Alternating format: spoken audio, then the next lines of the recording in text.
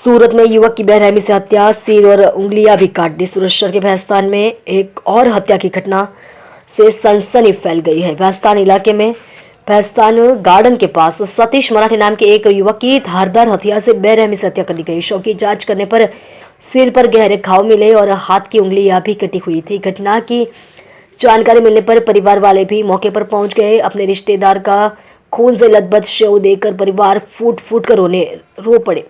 शुरुआती जानकारी के मुताबिक यह पता चला है कि यह हत्या पुरानी रंजिश के कारण की गई है।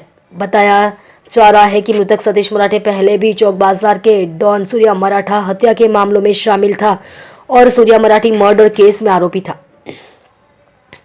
जिसमें यह निर्दोष बरी हुए थे। हमले के बाद 4 से 5 अनजान युवक मौके से भाग गए। घटना की जानकारी मिलने के पर पुलिस का एक काफिला तुरंत मौके पर पहुंचा और पूरे इलाके में जांच और आरोपियों की तलाश शुरू कर दी है। पुलिस ने हत्या के कारणों का पता लगाने और हमलावरों की पहचान करने के लिए सीसीटीवी समेत सबूत इकट्ठा करने की कार्यवाही शुरू कर दी है।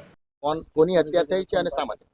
સતીશ નામના શખ્સની હત્યા થયેલી છે। અત્યારે અમે સ્થળ ઉપર છે અને કયા કારણોથી થઈ છે એની તપાસ અત્યારે ચાલી રહી છે અને પોલીસ ટૂંક જ સમયમાં ત્વરિત રીતે જે આરોપીઓ છે એને હસ્તગત કરી લેશે। વિસ્તાર કયો છે અને શું થયું? આ બેસ્તાન પોલીસ સ્ટેશનનો વિસ્તાર છે।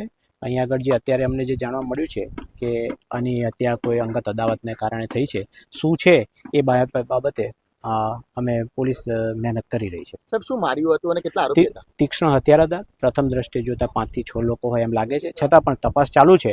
જે કંઈ હશે એ તમને તરત જ અમે જાણ કરશું। કોઈ ગેંગ સાથે સંકળાયેલો હતો હત્યાના આરોપા?